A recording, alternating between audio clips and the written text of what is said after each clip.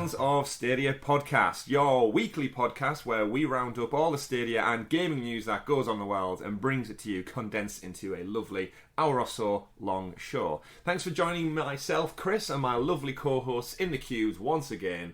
To my left, his right, Richie's head, we've got Mr. Tom, the techie teacher himself, and right below him, we've got the man of many pixels, Mr. Richie, currently running on about 2 hours sleep. Richie, how the hell are you two? And I just punched my microphone, so it's a good start to the show. It's going to be one of them, I think, isn't it? Yeah, I think it's going to get a little silly, to be honest. There's a funny vibe going on. But yeah. Not sleeping too much caffeine. Let's see what happens. Shit's going to get crazy. But yes, as I mentioned, this is the Sounds of Stadia podcast, episode number 48. Thank you for stopping by. If you are new to the channel, like I said, we bring you a weekly Stadia podcast, condensing all the news down by my lovely co-host and myself. We've had a busy week in Stadia news. We've had games come out, games not come out, games go back out. In and amongst, we've also had some new title announcements, some big DC news. Whether it pertains to Stadia or not, we're going to talk about it because we've got our fingers, toes and everything else crossed that it will come to Stadia. We've also got some more stuff about the Apple conundrum that's currently going on and some new game releases too. So we will be getting to that with the show. Don't forget to give the video a like and give the channel a subscribe down below so you are kept in the loop with everything. And follow us on all of our social media feeds for shits and giggles. Gentlemen, housekeeping. Yes. Housekeeping. Okay. Yeah. To start off with. Housekeeping. Monster Got Boy. clean house from time to time. Monster Boy is kicking the shit out of me. Yeah, it is, isn't it? Oh, this week, this week's episode, part 8, I was not in a good place with it. I hadn't played it for over a week, so I was trying to get a recording in the bag. It was like midnight. I did it after our Strange Brigade stream, Richie, so I was tired. It was dark. It was dark in the game as well. I couldn't remember where I was, what I was doing. I was underwater, which isn't a great place to wake up underwater. And also he was playing the game. And also I was playing the game. I don't know, Tom, you finished it. That part catch you off guard? It makes for an interesting video, if anything. It's very you sort of lose yourself very quickly in that space, and I can definitely see like where the frustration comes from. Like, having been through it, I get it, completely get it. It was the moment I think I'd searched around in the dark for so long and then ended up thinking I'd found a different way out. And then after getting there, I realised it was the same place I'd ended last week's episode on, like 10 minutes in. And I'd just gone the wrong way because there's no point of reference for which direction. There's no hints or tips. Oh, no. But yeah, go check that out. It's fun if you're happy to watch me get angry and frustrated and stressed all at the same time. Go check that out. I actually need to watch it. Yeah. I think I'm on about episode 4 at the moment. I think I might just spend my afternoon playing Football Manager and binging Monster Boy playthrough. It gets there. We also have Strange Brigade, myself, Richie, and some people from the Stadia community. Barry and Dave jumped in with us as well this week and lent us a massive hand. Yeah, MVPs helped us out through some Strange Brigade. We've been hosting Thursday night streams every week with community and such, so head on over this Thursday as well, where we are most likely going to be continuing our Strange Brigade journey. We are about 2/3 of the way through, so hopefully we'll get that one ticked off and in the bag. But by all means, if you've got Strange Brigade, if you are a pro subscriber, jump in, check it out, join us. You could be another member of the Strange Brigade. Strange Brigade. Post show went up last week as well, gents. We talked about what games we wanted to see make the move to Stadia, which links into our first news story, actually. And we had a cute little puppy join us as well. So if you're a fan of dogs and all things fluffy, like Tom's hair, go check that out. All in their bag on the YouTube channel for you. Thanks for that, Chris. Thanks for that. It just looks so perfectly swooshed today. When I was thinking of things cute and fluffy. I couldn't really be bothered today. It's just one of those days where you just sort of go, I'm getting it cut next week, so I just thought, let's go au natural. Au natural, indeed. Kicking off the show then, Richie, we've got a little retcon ritual from Richie's Retcon Ritual Corner to recap on last week. When we were speaking about all the Epic and Apple stuff, we may have made a slight mistake with shares. Yeah, well, I don't think we necessarily made a mistake. We just didn't clarify it. So we were talking about how much cut the developers take, the platform holders take from when the sales on their platform, like specifically like Google and Apple. And I think it was me actually who pointed out that actually Epic has the same practice, but we didn't actually go into the numbers.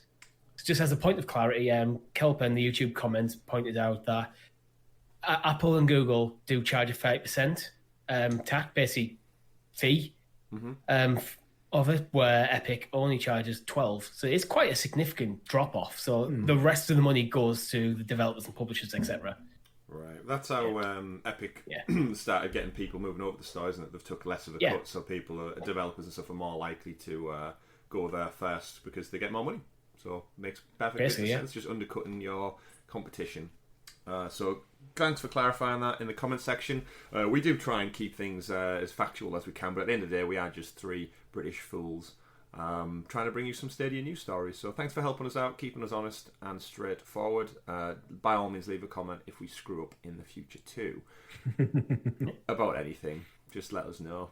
We'll take it. We'll take it with constructive criticism and a smile. This is three cheesy, terrible smiles for audio listeners out there. Visual smile. Sorry. But yes, let's get into the thick of it, gentlemen. Tom, would you like to kick us off with? I think you might be talking about the super sexy special Stadia story segment, aka the news.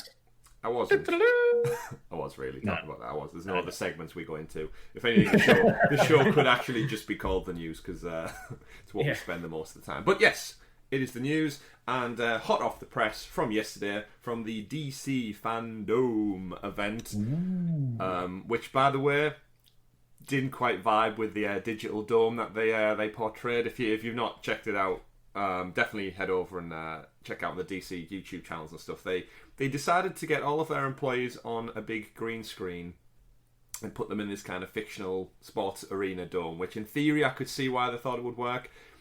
They did really weird things with the sizing of all the people.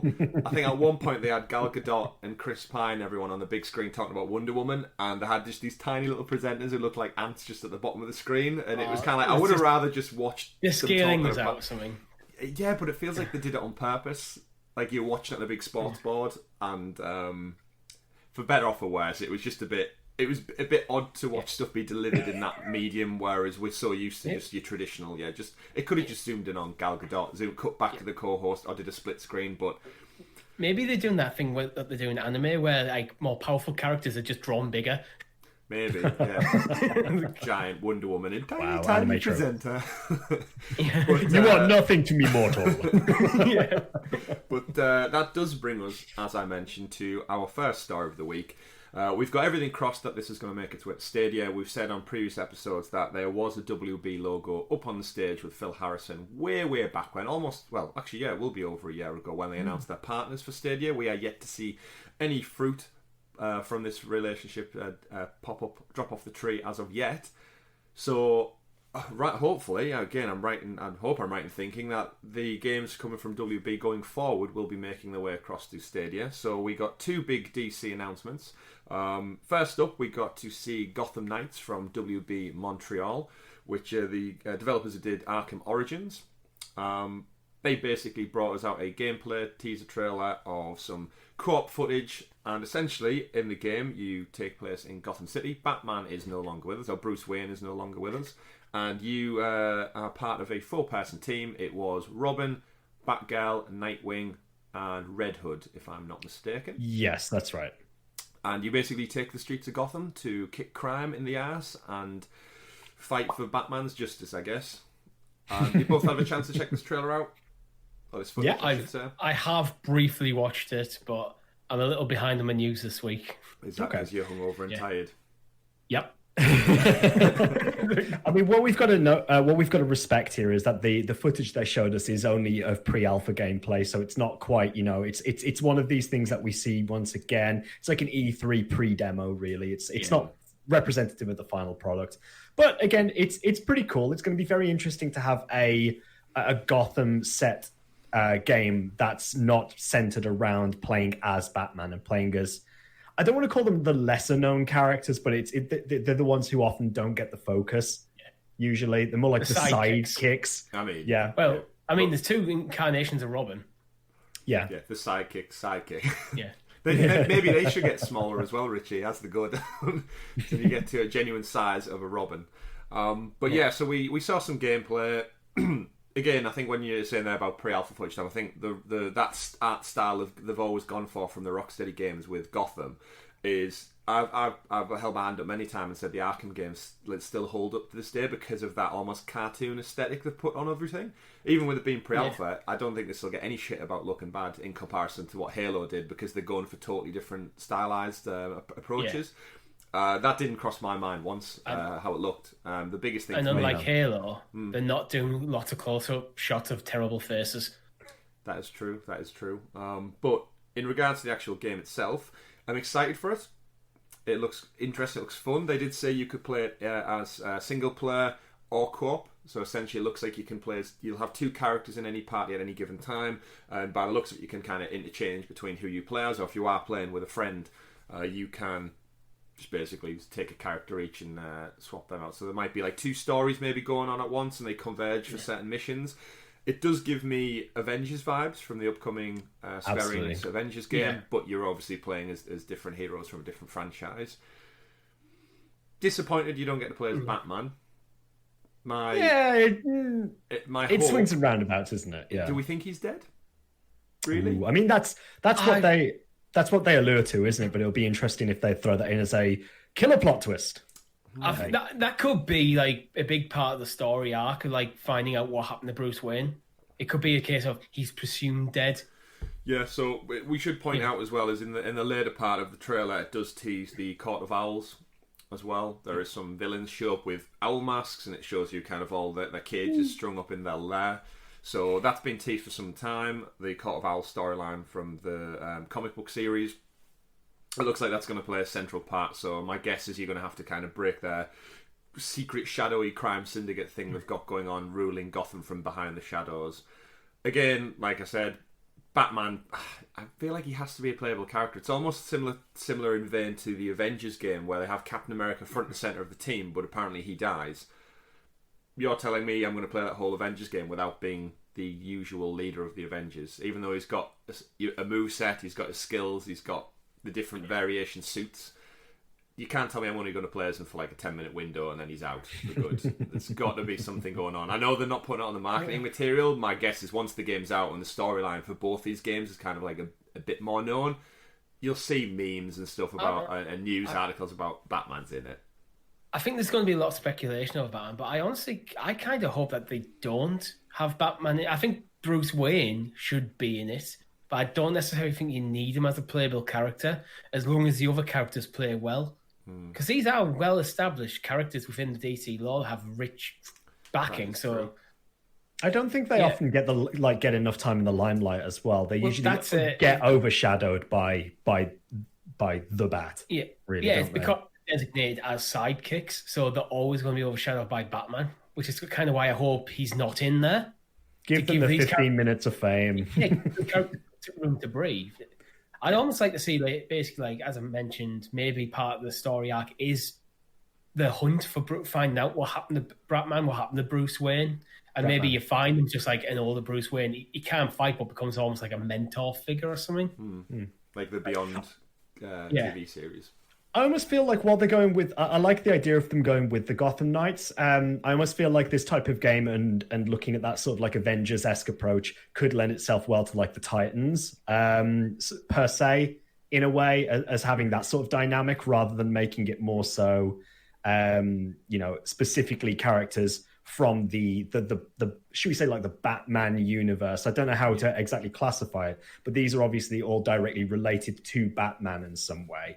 Whereas you could sort of like diversify a little bit further and go a little bit further afield and look at characters who could be included. Like you could look. I don't want to say Justice League, because I feel like Justice League then you start to pull main tier characters, but it's almost like your lesser known X-Men-esque or the DC equivalent like the Titans. Yeah. I feel like that could be I almost feel like this could be like the next generation. It's like it's time for the next generation to take over, sort of thing, within the law of the world as it stands. Ooh. Yeah, it's an interesting one in terms of characters. What you've alluded to there, Tom, because in my opinion, there's a lot of DC characters I would love to see in games, and hopefully, this similar to Avengers, they're going to have some kind of future roadmap with potentially additional characters. I've said after playing the Arkham games originally, back when Arrow started off on TV, Green Arrow would make a phenomenal game. Like if you set it in a world like Gotham, like how many games now have archery as their like kind of main outlet for weapon choices, and it's for like Tomb Raider was fantastic. I think with I'm always one who picks the bow in games. You've got a stealth element. I just think like someone like the Green Arrow would fit into this kind of crew. Very good, but it is Gotham Knights, so how specific they're going to keep it at Gotham and away from Starling City or Star City. Yeah. And the Flash again, and there's such a wealth of characters. There's room for DLC, for or a new game entirely. Like, interesting. We'll see. It's just difficult when you. I say it's difficult. There's so much choice there when you pick an IP. And a long established IP that has so many characters through like the decades that it's been running, really sort of like isolating and going like, where do we tell the next story? Where do we go next? What can we do with this story? And how does that develop from the experiences that gamers or people who are just fans of this genuinely have already? And I think by having it close to Batman, I can see where they're trying to go with this. And it does look a fantastic game. I just hope that the story sort of like when it gets fleshed out and as you go through it, that it does almost lead on to trying to build that hype to get people excited again for these franchises and for trying to see, more of these characters, as well as the main protagonists, more than just Batman, but also almost potentially like getting these characters their own opportunities to being able to fully flesh themselves out into getting movie spin-offs, TV series, games, and so on as well. Yeah, do you know what I mean? It does beg the question how much this is kind of DC's overarching focus on trying to ramp up that whole world, and the movie, the TV show aside, and like the comics, like trying to get it all to come to this big DC fandom essentially where everything is in one place.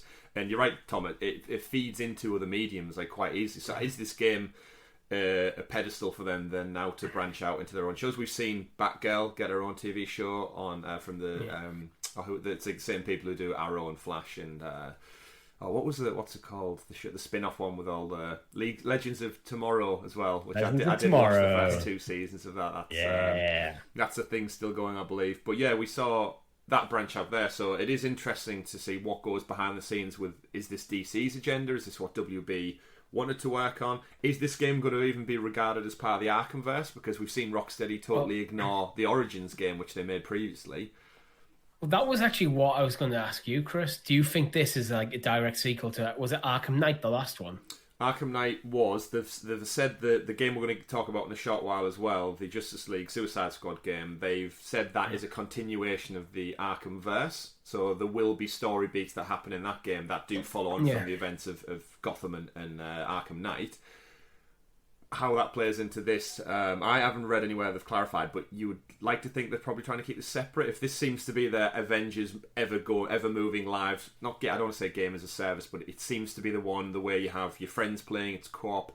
By the looks of it, the fighting has XP. I noticed the villains have more health bars now, as opposed to when you're Batman, you beat them up and you take them down, whereas it looks on this one like they've got distinctive health. And it does say in the some of the articles as well, you work as a team and there's character progression, and that the enemies level scale with you, so that shows that if you go back to a previous thingied area, they're gonna like be a lot more difficult to take down, which is why I'm getting Avengers vibes quite heavily from this. Big roster, enemies, but Mr. Freeze does show up in the trailer as well, so they've got A-list Batman villain, not quite Arnold Schwarzenegger. Rocking nice to meet you. What killed the dinosaurs?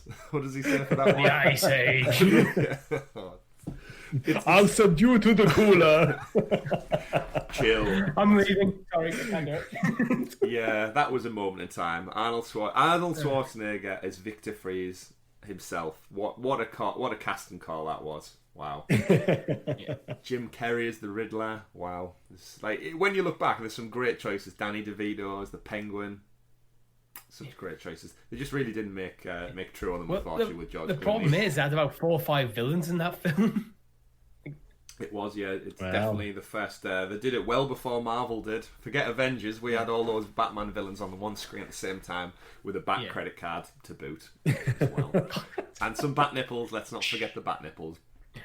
But who could indeed. So that was the first game we got announced from DC Fandom.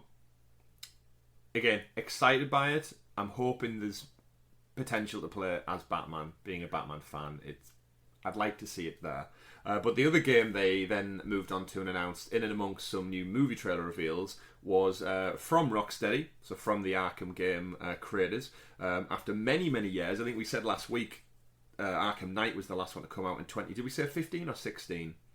I know we clarified it last week. 2015. Yeah, so this game has been slated to come out in 2022, with the Gotham Knights game scheduled for 2021. So another year. So that will make it a long time since we had Arkham Knight. And I know there's been rumours behind the scenes that they've had to stop starting different projects. We didn't know whether they were doing a Batman, a Superman, Justice League game. And then there was rumoured to be doing a Harry Potter game, which they still may be working on. They may have split the studio into two, which is quite a common thing to happen as well with big size studios.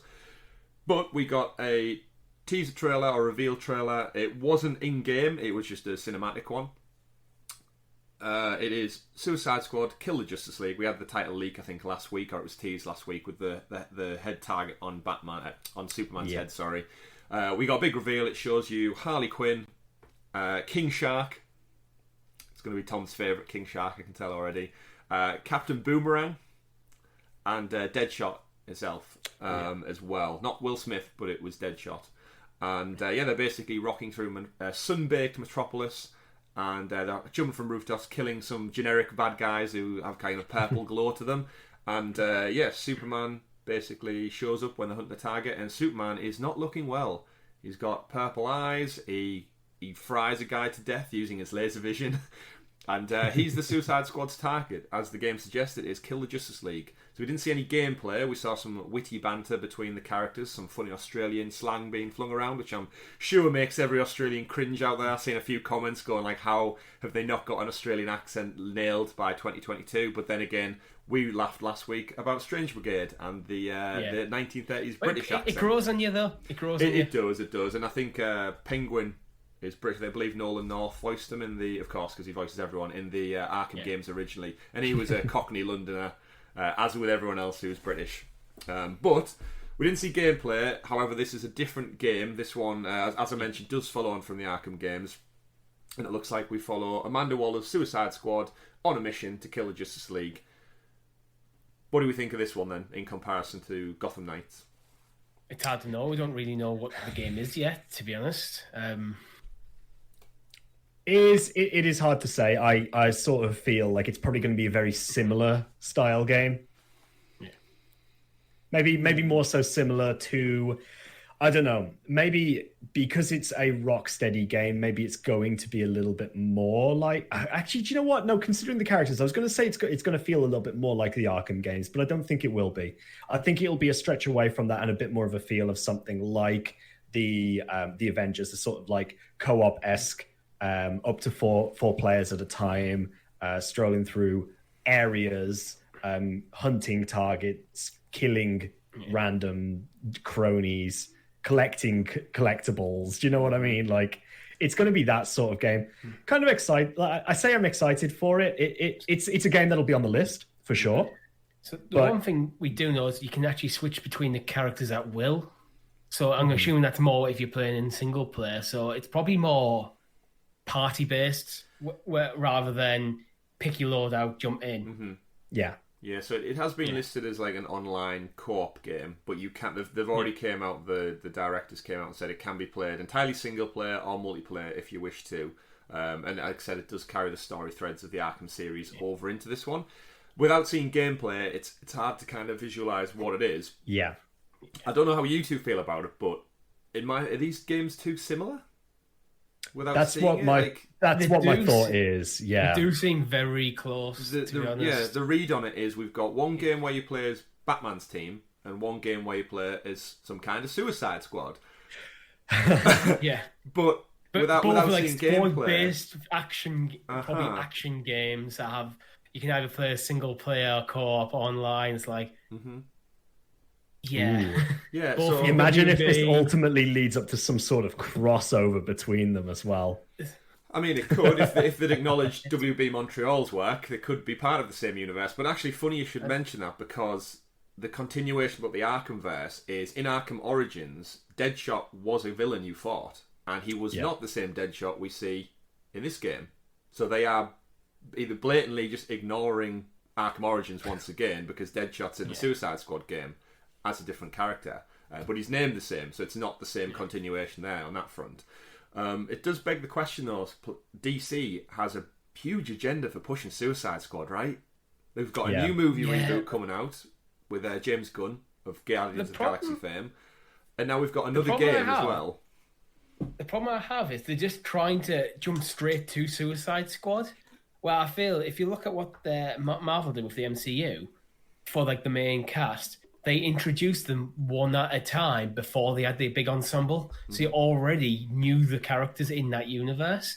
DC just seemed to jump straight into the end game. Like, I've got to be honest with you, though. I don't really see myself feeling overexcited about going to watch a Captain Boomerang movie or a King Shark movie. So yeah, but there's ways to do it. It's like we did things like Falcon was introduced through a Captain America movie.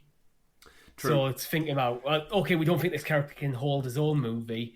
Maybe we're teaming up with Deadshot or something. Yeah, it's obviously it's a different. It's not quite apples to oranges. And again, there's always going to be comparisons with Marvel. But in relation to the game, we have seen some of these characters before. Like I said, Harley Quinn's been very prominent in all the Arkham games as obviously the Joker's #1 sidekick. But again, we're going to fight the Justice League rather than play as them. That's the thing that's got me. If they're making a game with Superman and supposedly by the name we may see Aquaman show up, we may see Batman in this game and not in the Gotham Knights game.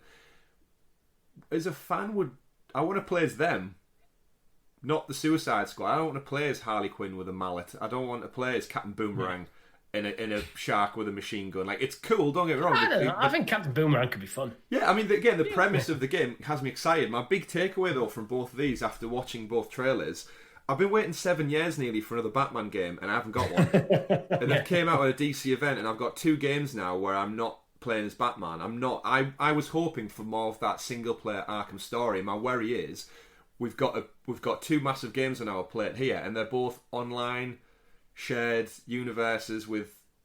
I don't know. It's not what I wanted. Like, I'm excited for both games, but as an Arkham fan, I wanted another Arkham game. And I don't feel like I'm getting it. I wonder if the big difference between them is Gotham Knights going to be continually supported, where is Suicide Squad is just kind of one and done, here's your game. Maybe have like a DLC story rather than have a perpetual world sort of thing.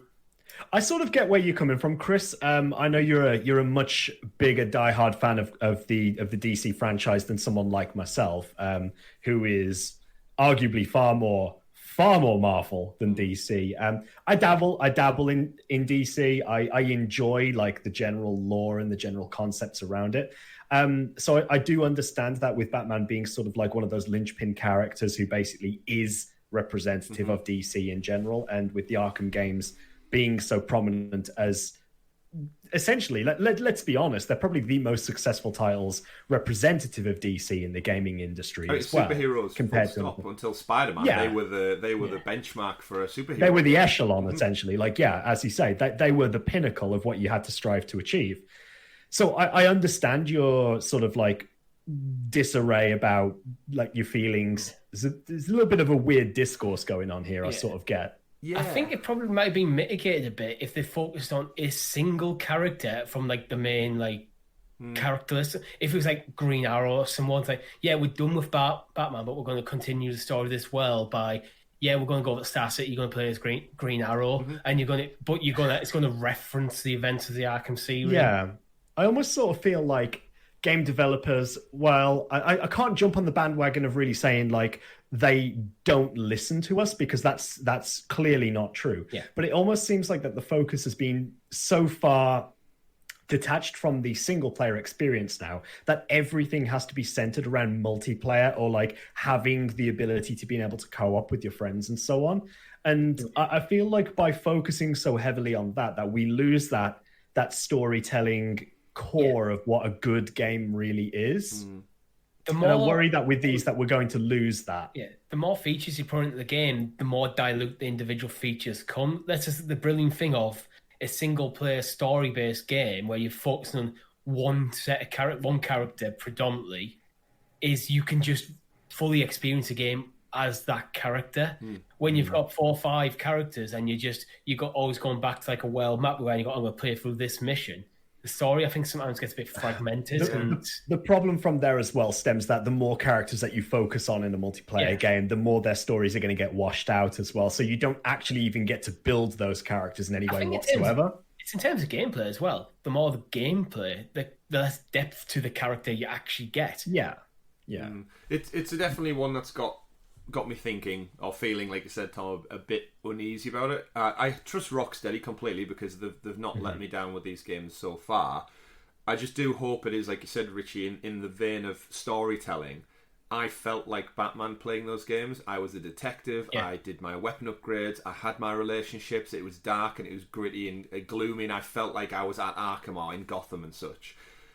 Obviously, this takes place in Metropolis, but they've said it's a single-player story, but you're totally right. Jumping in and between characters and playing, like we've seen how many times games now they let you play in the shoes of somebody else. We've seen it in Uncharted games and stuff, but as soon as you're detached from that main protagonist, you do kind of stop caring a little bit when you're jumping around. And I'm sure King Shark is super fun to play with and smash stuff up. I'm sure the boomerang mechanics are going to feel amazing, and Deadshot Sniper, you're going to feel like a boss on rooftops. But I did want a hope for just a tight story in that world, and this Suicide Squad agenda, I would much have rather taken a Flash game or a Green Arrow game or an Aquaman game and let me explore other parts of this world with another narrative-driven story. And again, we don't know what it is yet, so we can't.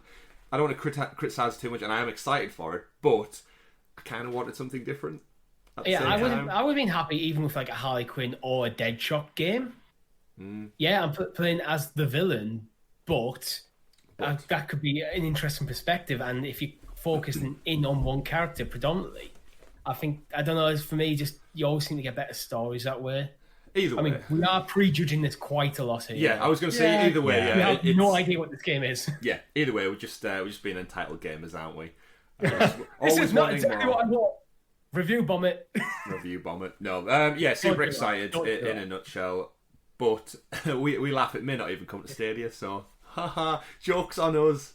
Well, that's very true. Both of those games haven't even been announced for Stadia. We've had logos for what platforms they're coming at, and at the moment, we have for Justice League, Suicide Squad Kill the Justice League, but I'm sure on Gotham Knight there wasn't platform logos on the trailer I saw. Yeah, we've definitely seen PlayStation 5, Xbox Series X, and PC for Suicide Squad. Gotham Knight slate for 2021 is due out on PC, PS5, PS4, Series X, and Xbox One. All right. We do have logos. I think they came with the gameplay walkthrough. Okay. I haven't watched that. But fingers crossed. It would be a really bad loss for Stadia to not get these titles, especially with as we move forward. We all anticipate that once we pass kind of it being around for a year, you would like to think all the new titles come to the platform, because if not, Google aren't doing it right behind the scenes if these titles are just skipped. Because then we start getting in that territory where, do you want to support a platform that's not getting the big games day and day? At what point does it just become a platform for indies? So I think they need to clarify this and do whatever needs to be done behind the scenes, because again, it's not coming out till next year, and the other one the following year. So they have time still, but the longer the marketing goes on. It's a big third party, non-exclusive, that this is the stuff that you just should have. Yeah. Like Cyberpunk's great. Yeah. All the EA ones coming across are great sports titles, but we can't look at this as a platform that's doing well if we're not getting big hitters from third party companies like WB. Yeah. Unfortunately. So everything crossed, gentlemen. Everyone watching and listening along, cross your fingers. Cross it now. Hope for the best. But even if it did come to Stadia, they could very quickly remove it from Stadia as well. As we tee off and move on to our next story of the week. A game I didn't expect really to be talking that much about, other than other than it being out this week. As someone who is not an avid golf fan, don't get me wrong, I love a good game of mini golf. I'll take anyone up on the course any day. He's quite good. It's not fair. But in terms of real golfers, I suppose this is PGA Tour 2K21 dropped on the store this week to some unexpected fanfare or fervour, we should say. Tom, you were quite vocal on Twitter on this story, so that's an understatement. An understatement. So to give everyone do you want to give anyone the rundown on what exactly happened and how this all folded out across the green?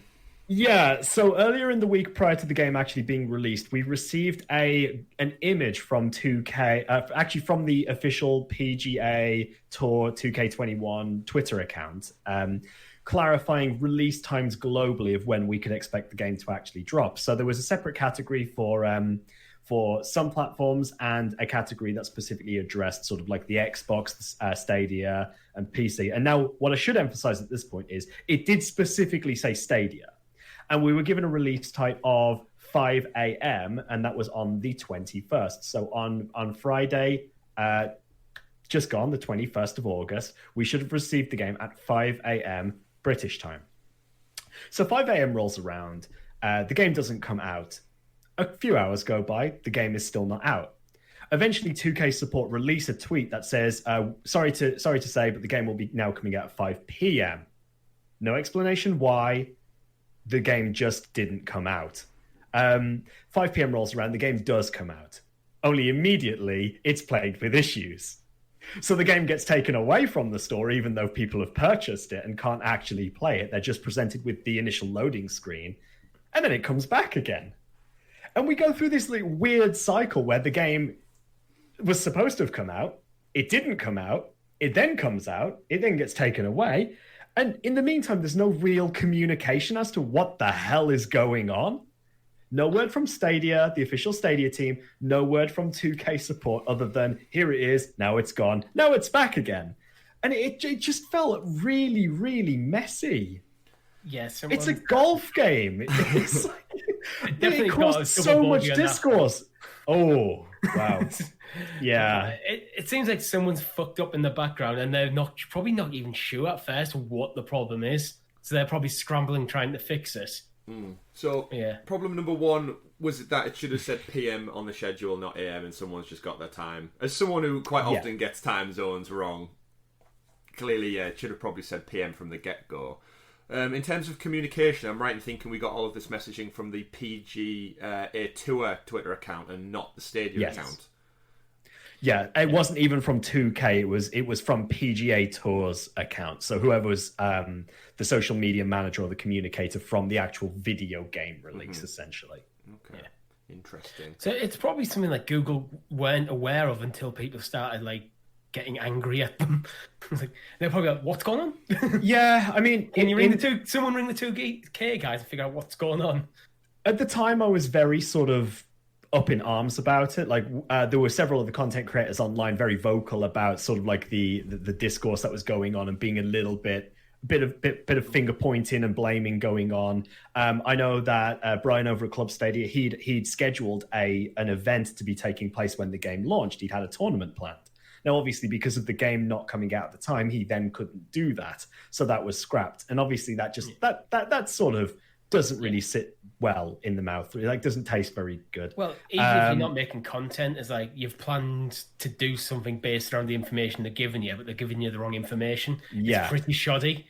I think this is where some of the issues stem from, is that a lot of people who are currently invested in Stadia, people who don't really spend a lot of time gaming anyway, but because they don't spend a lot of time gaming, they typically plan what they're going to do with that time. So if something's not there that they were hoping to, it sort of leaves you a little bit disheartened by it.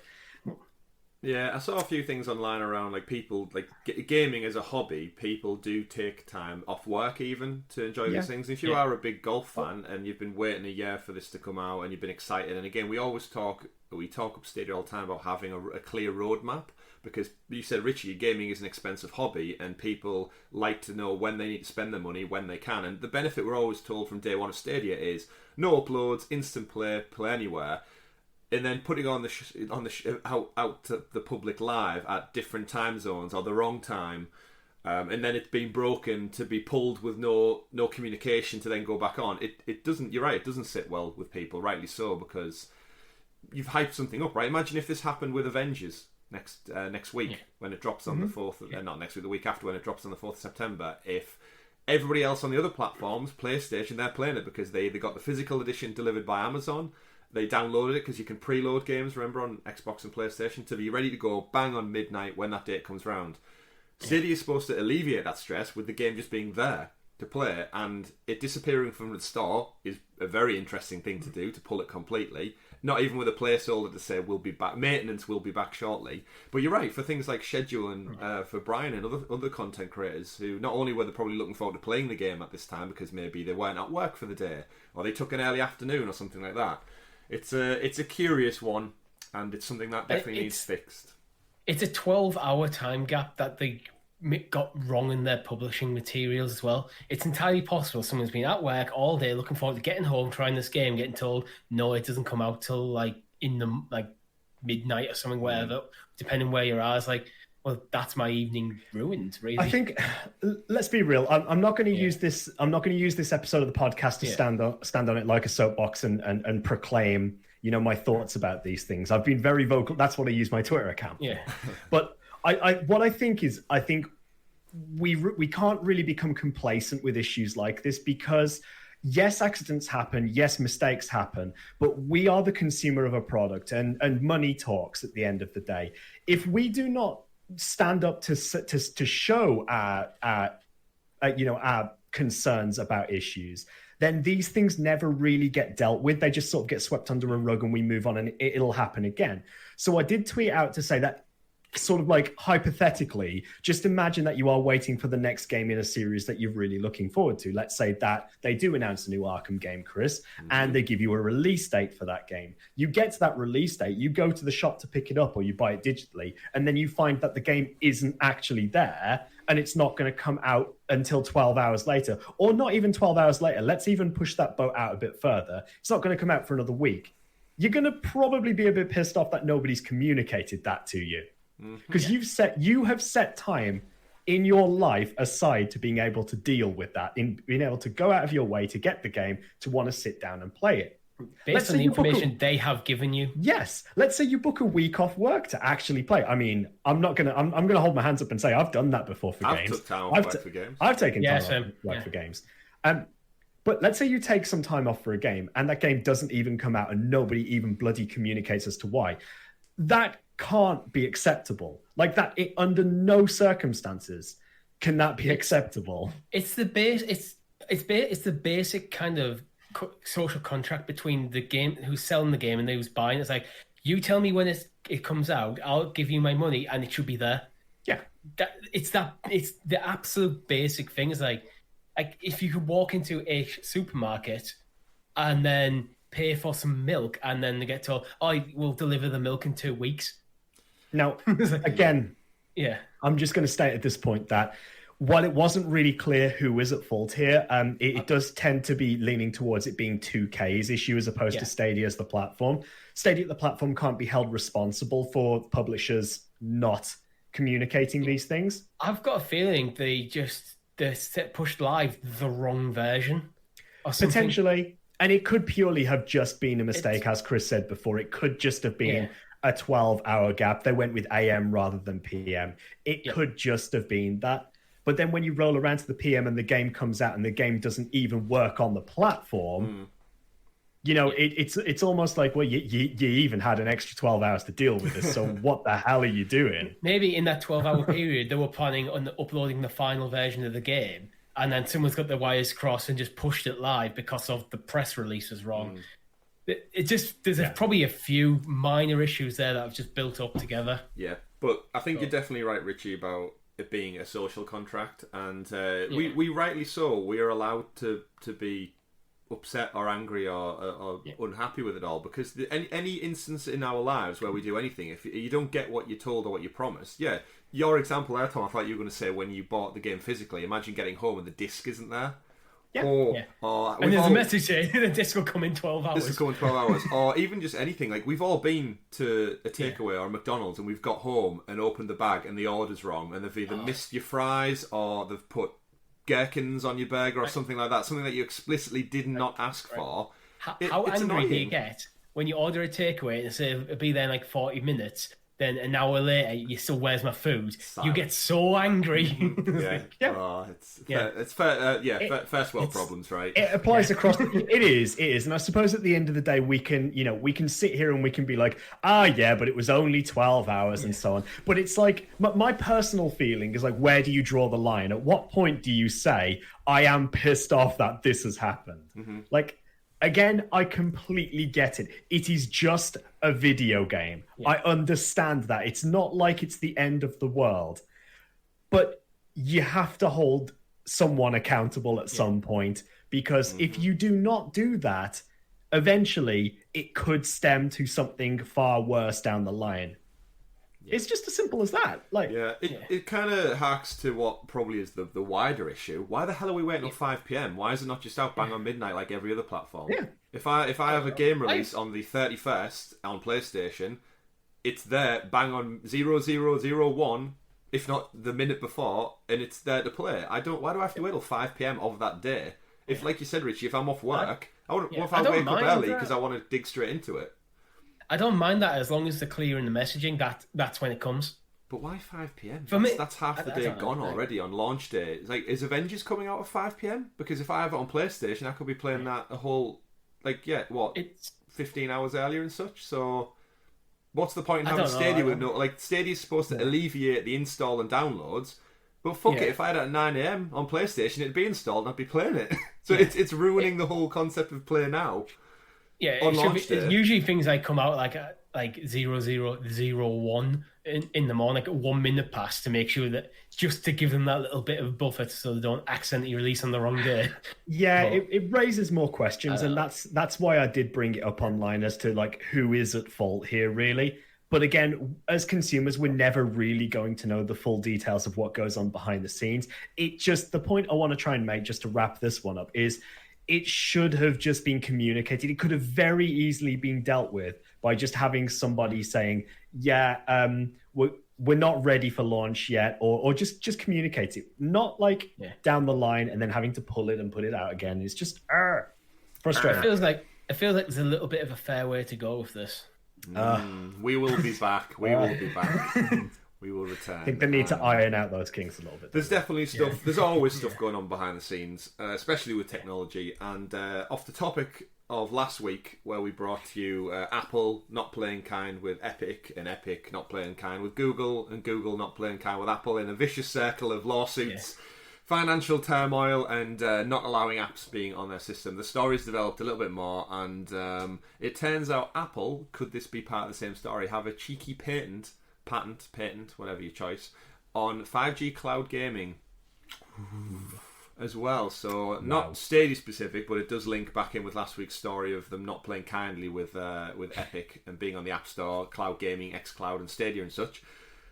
Just another wrinkle to an already trodden story, right, gentlemen? Yeah, as we predicted, like, this news actually I think came out on like the Monday, which is like literally just after we finished recording. So I think it just shows how complicated of an issue this can potentially come. I think last week I was largely focusing around, there's a difference between the Apple versus Epic and Epic versus Google stories for me, because I think Apple do have an effective monopoly on the platform, where I don't think Google do. Mm-hmm.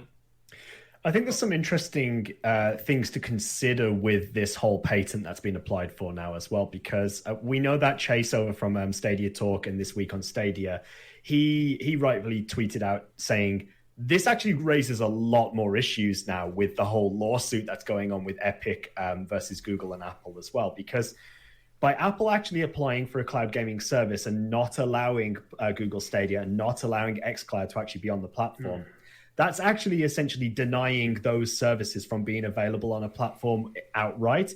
And then legally, that actually raises further complications, because that's actually then denying those companies profits. So it could be that Apple could essentially be shooting themselves in the foot by doing this. It also then makes me think, who wants to work with Apple in actually releasing games on a cloud service platform with the attitude that they're currently taking? They've got a huge install base. They have. And ultimately, money talks. Like, Epic have enough money to actually go up fight up against them. Most other developers don't, so they'll just in order to access that Give install in. base, they'll take the 30% cut. Yeah, it does bring interesting question about what's actually really going on and whose agenda's what, and there are conversations to be had, but we won't spend that long talking about it because I think it's one of those once you delve deep into the minds of lawsuits and you talk about the size of companies, I can just picture all Mr. Burns' lawyers behind the door in The Simpsons when he's got like all the suits lined up ready to go to town and kick ass on whoever it is. But you're right, Richie. Epic have money too. So they've probably all got if not the best lawyers in the world working at these companies under their banner.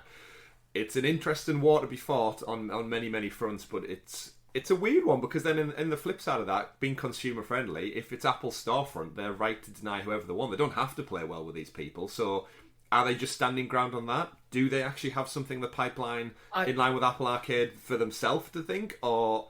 It's going to be an interesting court case, I think, between Apple and Epic because it's that monopoly claim that I think, especially when they've got a patent for like a cloud gaming service, that's even more for Epic to point at and go, look, you're preventing us being on your platform because you've got this coming. Well, look at what happened with PCs in general. You know, Microsoft got sued because they were pre-installing Internet Explorer and not allowing other options for internet browsers on computers historically. They actually lost that, and now we have the opportunity to select default browsers and so on computers. So it could set a new precedent, really, a new sort of standard for what could be accepted. It really could. I mean, if we look back at Apple again, back with music, when Apple iTunes was a thing, their digital rights management came in about 2005, and that was one of my main reasons why I moved to Android, because I didn't like the thought of purchasing my music, and I didn't own it. It could only be played on an Apple device, and that's why I had everything on a USB stick and a hard drive, and I just moved stuff from memory card across. I've never owned like an Apple phone, but it's like things, even the early days when you'd have to use iTunes to transfer your photos across, it's like, but I can just drag and drop. Like, it feels like an unnecessary level of complication. Yeah, it's gatekeeping your technology, and again, digital rights management sorted that for music. So I think you're totally right, Tom, and this could have repercussions on the industry and going forward with cloud gaming being consumer friendly. Because you're right, that you shouldn't have a monopoly if they're this large of a company. There's a potential of a very interesting precedent getting set in the American courts on this one that could actually force Apple to change up the business practices outside of gaming. Just like I can genuinely see the possibility that Apple are forced to allow a way of installing APKs, like not through their store. Well, with their security walls, I couldn't see it being that simple, but it's not. Oh God, this is not going to be simple to do. But I can see the courts not at all. No, you do have an effective monopoly on this. That is in breach of this legislation. That is my interpretation. Yeah, you need to do something, or more than likely, Apple might see that coming and just settle with Epic outside of court. I'll see you. I'll see you in court. Potentially, but it's definitely one, as I said, to keep our eyes on, and we'll no doubt touch back on this story as it develops further. Though, I'm glad probably when we don't have to talk about it for a little bit, because I'm fed up of talking about lawsuits and so I want to talk about. I want games. Give me some fun games to talk about and delve into and enjoy. We got some games, didn't we, Chris? We did indeed. Thank you for that, Tom. We did get some games this week. Stealth Drop. Out of nowhere, out of hell itself, Richie. Doom 2016. Doom 2016. It's finally here.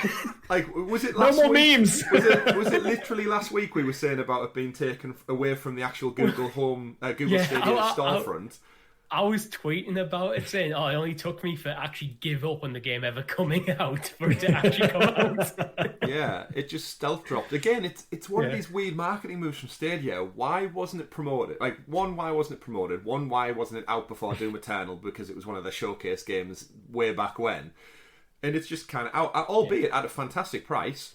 $14.99 is very, very reasonable. And it's not a sale price, it's the price. Yeah. You'll be happy to hear, Tom. It's worth noting it is currently on sale on other platforms for under like £5. But I do think this is a good price. Full stop. Full stop. Yeah. But yeah, so we got that drop out of nowhere. We saw loads of people jump back in and really start enjoying that game. Spiritfarer also came out this week. That dropped onto the Stadia store. Nice little cartoon aesthetic game where it's Spiritfarer is the one, I'm right in thinking, where you essentially take souls, you're essentially chaperoning souls across to... Yeah, you basically take on the role of the Spiritfarer, of Charon. Yeah, essentially like the shepherd of the dead. So like you're gathering souls up from around the world, and you're easing the passing to the afterlife. And it's a very relaxing game. It's really easy to play, and it's just something you can sit down and chill to. The sounds, the aesthetic of it, beautiful game, just nice. It's just nice and wholesome, really. It's a nice game. It's a nice game. It's wholesome, but it deals with a sort of like a difficult issue of talking about death and an acceptance of loss, really. Yeah, I read some of the reviews, and I saw it actually surprisingly shocked a few of them with how like deep the storytelling getting once you build those relationships with those people you're shepherding across, and then when you actually have to say goodbye to them when you hand them over to the afterlife. Essentially, there's some really touching moments apparently with the characters involved. So nice to see. You love to see it. But yeah, so we've also got some games lined up to be coming out, and one more game that actually came out this week that we haven't covered, and that was Super Golf? Hot Mind. No, not Super Hot Mind Control Delete. Super. Yeah. So Super Hot is out now, and I think if you bought the game, if you bought Super Hot itself, you can get it for free. I think you have to email the developers. Yeah. I think that's right. It's an interesting one. You had to have actually purchased it and not claimed it as a free pro game. Yeah. And you basically email your receipt across to the developers, and they'll email you back a code. Huh. Yeah. Easy. Keep your receipts. Interesting way of working it, but it sounds effective. Keep your receipts. Okay, so interesting there. Love a bit of Super Hot. I still haven't played it on Stadia because I've got it on VR. So in my mind, it's a VR game. So. I did, and actually at some point I want to go around yours and play it on VR to see if I can see what the difference is. You are more. Because I do suspect it'll work a lot better in VR. Yeah, that's why I haven't touched it, because I enjoy the VR experience with Super Hot. But other games we've got lined up, which I for one am really, really excited about. We've got Windbound on the horizon, the little Zelda-esque looking game. And they've came out, thankfully, and clarified, nice bit of reaching out there, the pre-order bonuses and how they land. Tom, you're super hyped for this one, right? Windbound. Absolutely. Well? I think we all are, actually. It looks awesome.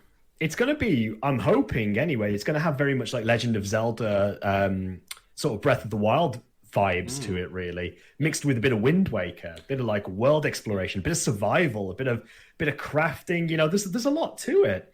And it's been published and worked alongside. I think it's Five Live Studio, which is an Australian-based indie games company, but they're working alongside Deep Silver with this for publication as well. And we've seen some really good publicity for this so far, and it's coming out on all platforms. So definitely one to watch out for. Will it be coming out at 5 a.m. or 5 p.m. though? Let's not. But they have came on. They have clarified that because Stadia doesn't have pre-orders yet officially, but it does for Destiny. It's one of them weird things they probably need to sort out as well. It's odd that PS4's in with the Stadia category on this. Yeah, but it is. But essentially, with the pre-orders, because you can't pre-order it, if you purchase the game within, is it before the 11th? 10th. The 11th of September. 23:59. Yeah. I don't know what time zone that's on though. Yeah. So you got 2 weeks basically. From the 10th of September. Just basically by day one. Yeah. And you get the pre-order stuff included with that purchase. So even though you can't pre-order the game, if you buy it in the kind of in the early window, as soon as it's out, you'll get the content, which is it's a nice way to basically just not skip over Stadia and people who didn't pre-order it. It's nice that the publishers and developers have actually thought about this issue and found a way to address it. Mm-hmm. Yeah, completely agree. It's worth also mentioning at this point as well that we do also have a confirmed price for this game as well. So we do know in advance. This has only actually come as far as a reply to a tweet online. I don't think there's anything actually official on that. But the release price for it will be £24.99 British pounds. So £24.99 which converts to, I think it's $29.99 US dollars or €29.99 euros as well. That sounds perfectly reasonable, to be honest. It's the same price as Spiritfarer came out. So I'm, again, that's the sort of price I'd expect a brand new, sort of like robust indie title to be around. So I'm very happy with that. Very happy with that. Good stuff. Day one purchase. I might actually finally use my £10 voucher then. Ooh. Interesting. Wow. I might as well, actually. I want to get it. I want to get it used because there's a lot of smaller games that I've overlooked because I don't want to waste it. Yeah, it's not like a £2.79 early access game. That's that we exactly won't it. talk about. Yeah, I saw Rock mention about that, I think, over on Twitter as well, saying about supporting smaller developers in the early access games. We should be giving them the money to encourage them to the platform and such, which rightly so. That £10 I'm sitting on is keeping me refrain from buying it because it's sat there. I have to spend it first. It's tough. I really don't think spend Google on a game I know it's going to be good. I don't feel like the Stadia team have fully thought that through when they've given it out, because it's very much been like, you can't avoid using it. Yeah, like whatever you buy, it gets definitely. Yeah, just at the checkout, do you want to use a voucher? Tick yes or tick no. It's like, I'll keep it to one side for now. But great to see, and some more games. We should probably find out September's pro games in the coming week as well. You would think maybe. We do know we get Hitman. We know we get Hitman. We do. Yeah, we remembered. Yeah, it's probably Tuesday they announced. Yeah. So hopefully we'll get some more news from that. Another this week on Stadia drop as well. That brings us to a wrap for our news stories of the week. There are some little trinkets in there as well, but nothing of much note. Just a couple of bits and pieces. That has been Sounds of Stadia podcast episode 48. Do not forget we also have our lovely post show for our lovely patrons exclusively as well. If you're a big fan of the show, if you've listened to us, if you'd love to support us, we would massively appreciate it. We start off little 79p, $1 a month. I don't know why I paused that. A month? Yeah, $1 a month. Gets you some lovely early access to our post-show content. It goes live on the Monday morning alongside the podcast. For everyone out there who's a lovely listener, follow. Don't forget to like the video, subscribe to the channel. You will get the post-show on Wednesday. It drops as well, every Wednesday. This week we are going to be discussing, I haven't even told you two yet, games that are missing in action. Ooh, so there are a couple of Stadia games that we're yet to see. And we're going to go talk about it after this show as well. But thank you to everyone who's dropped by, tuned in, watched, followed, and liked us as well. That has been episode 48 of the Sounds of Stadia podcast. Thank you always for your continued support. My name's been Chris. I've been Tom. I've been Richie. We've been Sounds of Stadia. Thank you very much for watching, everyone. Have a great week in gaming. Go out and enjoy all those fun, delicious titles we've talked about this week. And use your £10 voucher. Yummy. Take care, everyone. Goodbye. Bye. Bye.